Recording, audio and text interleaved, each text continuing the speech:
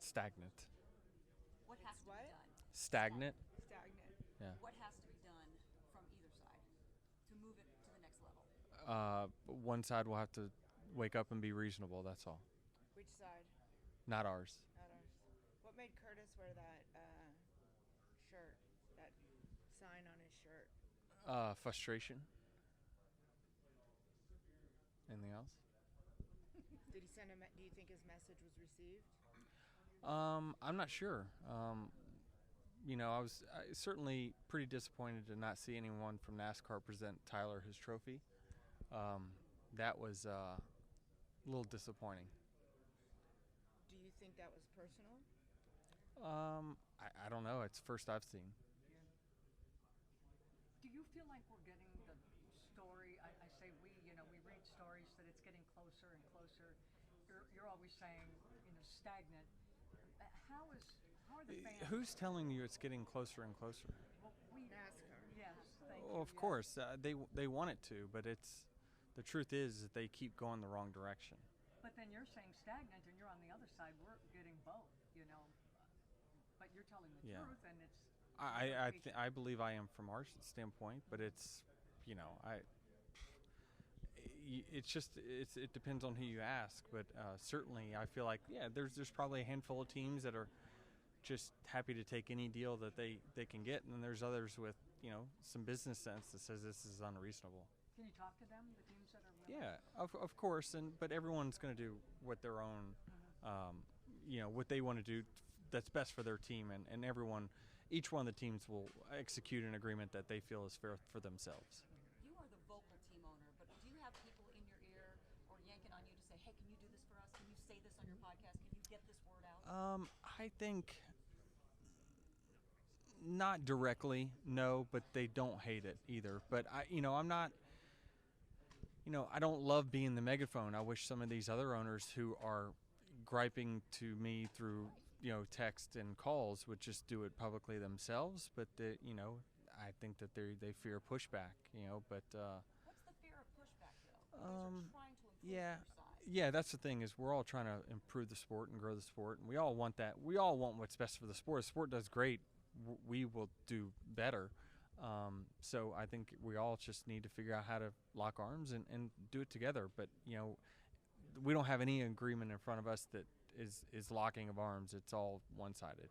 Are the younger owners more vocal because your future, the older owners, their future's intact? I mean, you have to worry about I guess, people see me gripe, but they have to realize that I made a good living in this as a NASCAR driver, and I chose to invest back in the France family in NASCAR, and they are yet to show me an opportunity where I'm going to get that back.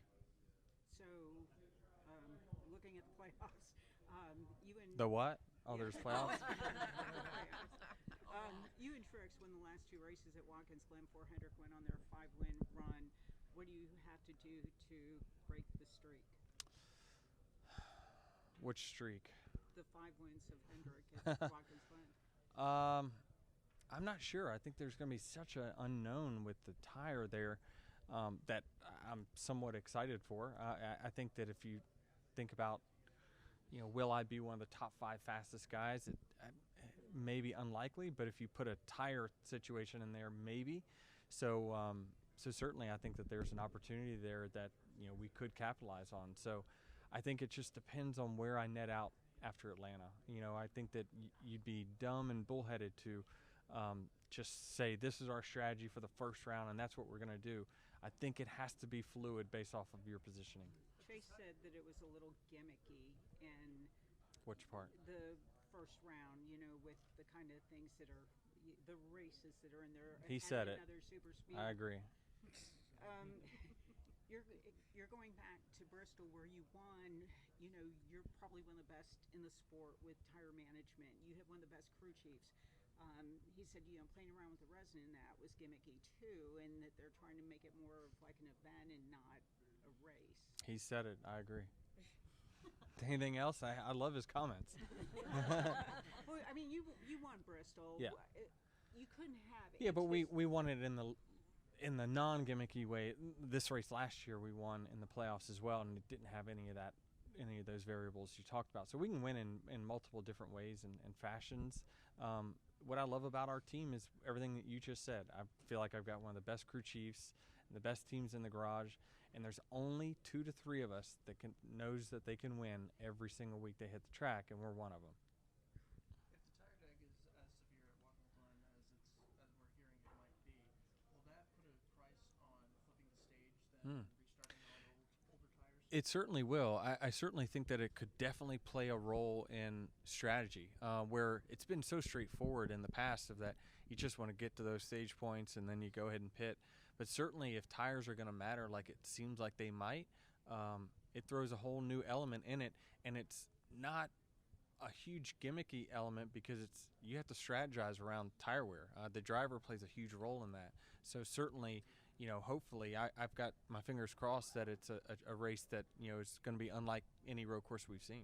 Do you welcome or do you fear a playoff win spoiler from, let's say, SVG in Watkins Glen or Michael McDowell at Atlanta?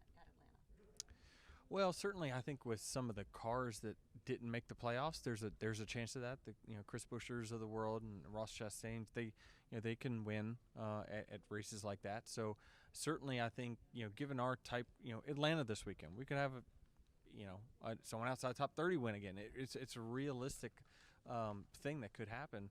But it's part of the format that, that's the variables that you can't account for. It's impossible to predict. You mentioned outside the top 30. Should NASCAR do any changes to their point system in order to avoid something like that in the future, or is it good for the sport?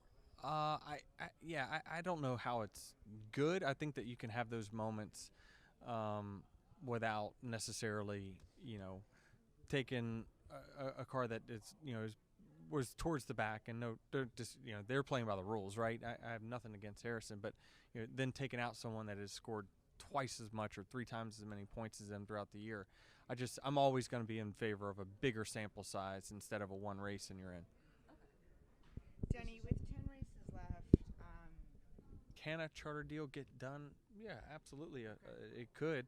But again, someone will have to wake up and have a completely different mindset, and I just don't know that is going to be possible. So, what happens if the season ends? Then we retain all of our rights, and that's clear. You retain your rights. Yeah, if we don't have a charter agreement, we don't owe the series anything, and they don't owe us anything. So it goes both ways for sure. Do you Can have they keep you bargaining? from racing? What's that? Can they stop you from racing I don't without charters? I don't think so. Okay. Yeah, I don't think they can stop you from racing. I mean, 'Cause Curtis- Joe and Yeah. Billy's garage can put a car together and run a race in the way our sport is formed right now. Curtis's So. shirt said, "I don't want my charter taken away." Like, is that Right. a threat? Yeah, it's a threat. Oh. Well, that's if you speak negatively. Say some negative stuff. Yeah, See what happens. if they don't like what you say, they're trying to So you reserve the have right. To be measured in I don't know what? how it's subjective. How do you even who's the jury, the judge, and the executioner? Sounds like You've it's never all the been same warned. person. It's never the same person. Okay. Right. Yeah. It's never been the same person, but now they're proposing it is Which is who? them. Which is who? Them is a collective. That's not a one. Whoever's in charge. Okay. Okay. So you don't know still. No, I don't know. Okay. I don't know. Do you have many bargaining chips left as the owners group where, at first it was the TV deal and then the whole Netflix thing, and NASCAR's doing their own, scenario where they can feature the drivers. I don't know what drivers will be in it. What chips are left on the table? Is it only the negative, like afraid you're going to get something? I don't know. Is that what's left from their side? Is to crack down, or from your side? Do you have any bargaining chips left?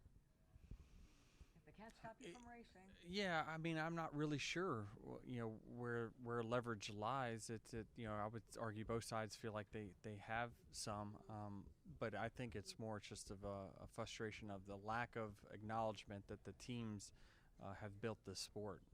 The Hendrick and Gibbs putting superstars on the racetrack, that is what has built the sport. Fans do not come to see cars going around in circles. If they would, then we would sell out ARCA races, but they don't. They come to sell out on Sunday to watch Chase Elliott and Kyle Larson and Kyle Busch. So who provides them the cars? And that's the teams. Who spends the money? That's the teams. Whose sponsors go by as suites? That's the teams. Whose sponsors activate in their midway? The teams. That's the tough part. That they don't value us.